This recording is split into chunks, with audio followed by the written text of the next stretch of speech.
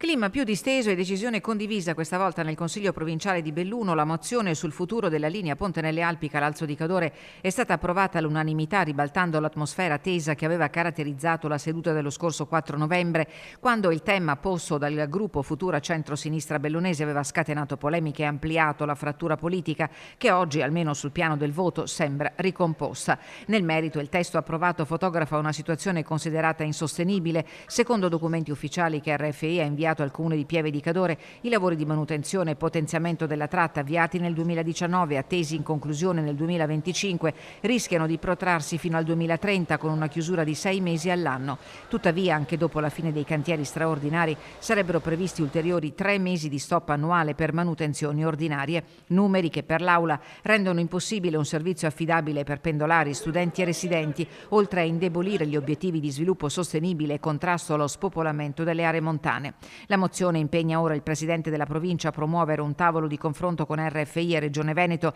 chiedendo 2 garanzie precise: concentrare i cantieri in un arco temporale più breve, riducendo gli anni di chiusura, e assicurare che una volta completati i lavori la linea sia operativa tutto l'anno, con interruzioni limitate alle necessità tecniche. Il documento sarà inviato anche al Ministero delle Infrastrutture, alla Commissione Trasporti della Camera, mentre il Consiglio provinciale chiede di rimanere costantemente aggiornato sugli sviluppi. Un voto unanime che non cancella le tensioni delle scorse settimane, ma che segna un passo politico importante su una delle infrastrutture più strategiche per il bellunese, che limitatamente al periodo olimpico vedrà i collegamenti potenziati dal bellunese a Padova e Venezia. Dal 4 febbraio al 15 marzo, treni diretti da Belluno ogni ora fino oltre a mezzanotte.